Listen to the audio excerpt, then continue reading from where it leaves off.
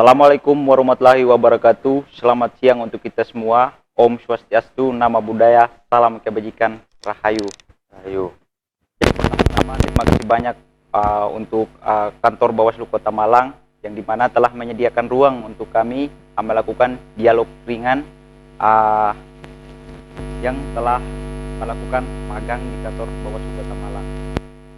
Sebelum masuk di pembahasan, perkenalkan nama saya Evan Iranau dan narasumber kita yang ada di samping saya ini Bung Alvaro, asal dari Universitas PGRI Kanjuruhan Malang, Fakultas Hukum Universitas PGRI Kanjuruhan Malang. Baik, Bung Alvaro, bagaimana kabar? Baik,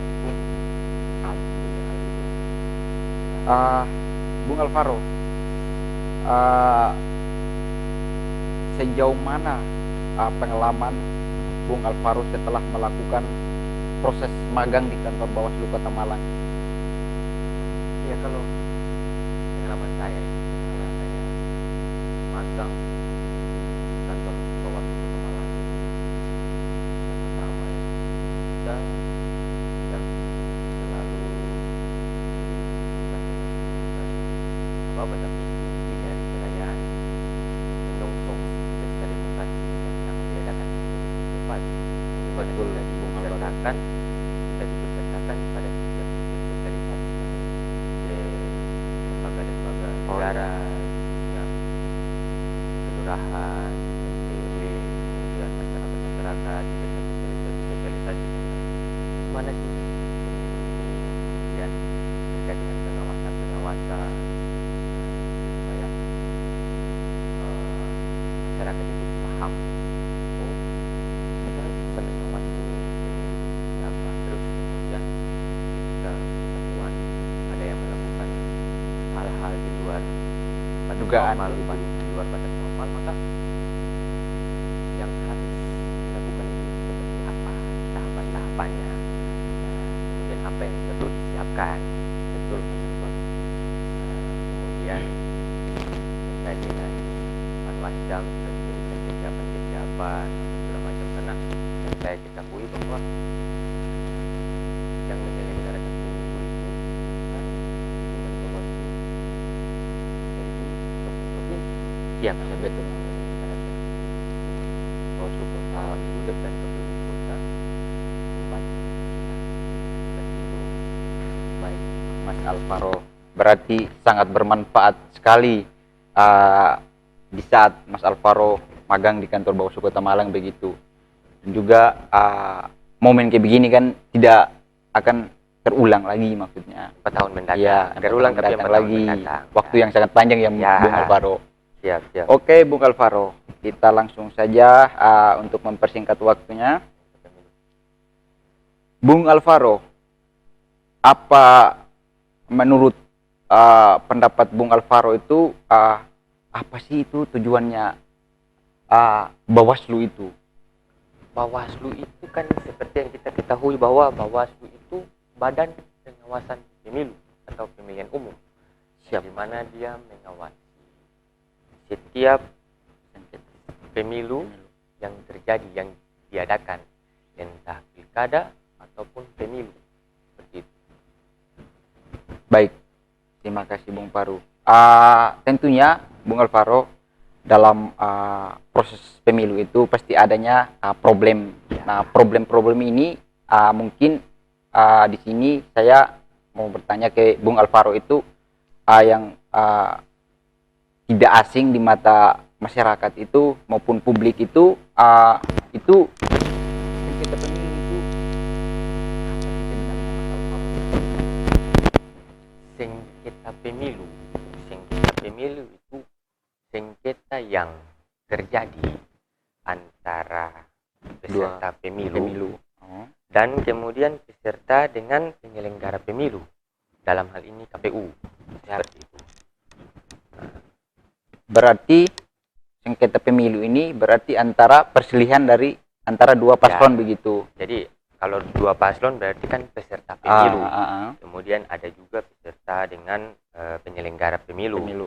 Kemudian jenis itu dia masuk dalam jenis-jenis sengketa pemilu. Nah, seperti dua yang tadi, Kemudian yang kita berpacu pada Perbawaslu 18 tahun 2017. Nah, dia diajar di dalamnya mengatur tentang sengketa pemilu itu.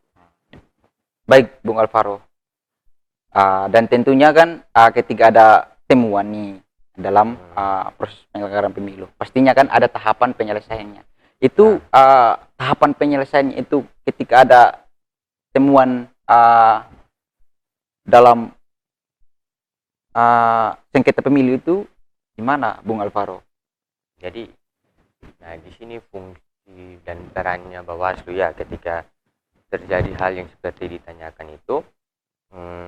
Yang pertama, Bawaslu itu berperan menerima gugatan, ya kan? Laporan. Bisa jadi laporan dan gugatan kan? Siap. Kemudian memeriksa apa benar dari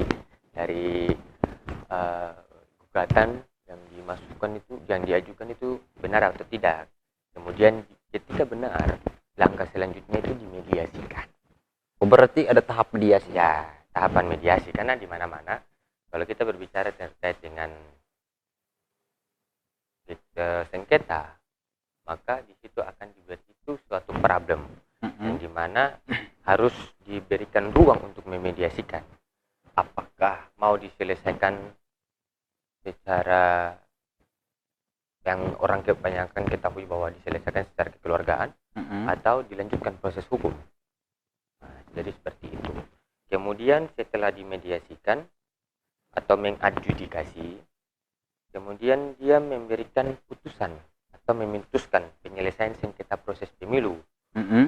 Jadi sesuai dengan Undang-Undang Nomor 7 Tahun 2017 tentang pemilu. Nah, di dalamnya betul, Bung Alvaro. Di dalamnya dia mengatur tentang tata cara. Betul. Oke, Bung Alvaro. Berarti itu ketika ada temuan sengketa pemilu, berarti ada dua jalur ya yang ditempuhnya, yaitu kalau kita mau selesaikan secara mediasi itu berarti bisa ya, Mas Alvaro. Bisa. Dan yang kedua itu mediasi atau mengadjudikasi. Mengadjudikasi. Nah, dalam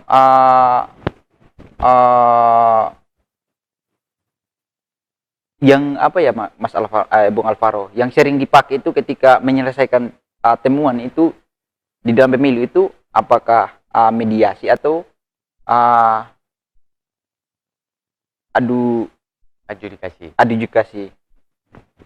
Ya, kalau mediasi dan adjudikasi itu sebenarnya sama, di mana dia mempertemukan kedua belah pihak lalu membicarakan terkait dengan menyelesaikan proses penyelesaiannya ini seperti apa biar lebih enak. Kemudian bila perlu tidak diperlukan untuk mengajukan gugatan sampai di Mahkamah Konstitusi. Kalau bisa diselesaikan di Bawaslu, kenapa tidak? Ya kan? Jadi kalau misalkan diselesaikan dalam di Bawaslu sendiri, Bawaslu kota kabupaten, maka KPU bertugas mengeluarkan SK, yaitu surat keputusan dan berita acara perdamaian. Siap, dan di mana kedua peserta pemilu atau peserta pemilu dengan penyelenggara pemilu ini sudah ada perdamaian melalui berita acara perdamaian. Jadi seperti itu. Oke, Bung Alvaro. Bung Alvaro, mungkin ini kan pestanya demokrasi ya yang akan datang. Ya boleh bilang itu 5 tahun sekali. Nah, kebanyakan demokrasi sekarang ini mereka tidak paham jalur pemilu tersebut, hanya ikut arus begitu. Nah, sebenarnya itu sangat penting kalau demokrasi sekarang itu paham dengan struktur pemilu itu. Nah, dengan adanya Bawaslu yang sistem terjun langsungnya ke lapangan itu untuk mengawasi mensurvei semua keadaan di masyarakat, itu berarti itu satu tolak ukur itu untuk mendorong setiap demokrasi itu untuk belajar bergabung di dalam mengawasi pesta demokrasi yang akan datang, pesta pemilu. misalnya pesta pemilu begitu, Bung Alvaro. Kalau menurut Bung Alvaro itu gimana, Bung Alvaro? Jadi kalau menurut saya ya, ketika mau dilangsungkan proses-proses pemilu yang diadakan 5 tahun sekali, yang dimana wajib, suatu kewajiban dari KPU, Komisi Pemilihan Umum, untuk mensosialisasikan terkait kenapa kita harus menghadiri pesta demokrasi. Kenapa? Karena hadirnya kita itu kan demi untuk kelangsungan negeri ini 5 tahun mendatang. Iya. Di mana dampak positif dan negatif itu semua terpulang ke kita. Iya. Ketika kita memilih, maka orang yang kita pilih kan namanya manusia ya. Iya. Bung Evan. Jadi namanya manusia, ketika dia dipilih dan dipimpin, setidaknya kita tidak melepas tangan. Itu gunanya demokrasi. Iya. Masyarakat juga ikut mendampingi. Sehingga satu poin penting yang harus kita ambil bahwa masyarakat ini sebenarnya pintar. Masyarakat Indonesia ini sebenarnya sangat cerdas. Cuman kurangnya sosialisasi sampai ke pelosok-pelosok pedesaan. Itu terkait dengan pemilu itu seperti apa. Berarti kurang kayak miskom dalam melakukan sosialisasi dalam masyarakat ya begitu, Bung Alvaro. Baik, Bung Alvaro, mungkin karena kita dibatasi ruang dan waktu juga, mungkin diskusi ringan kita pada siang hari ini saya akhiri. Mungkin kita lanjut berdiskusi ke luar begitu, karena sudah dibatasi ruang dan waktu untuk mengakhiri diskusi hari ini. Wassalamualaikum warahmatullahi wabarakatuh. Shalom dan salam sejahtera untuk kita semua. Om Swastiastu, nama budaya, salam kebajikan, rahayu.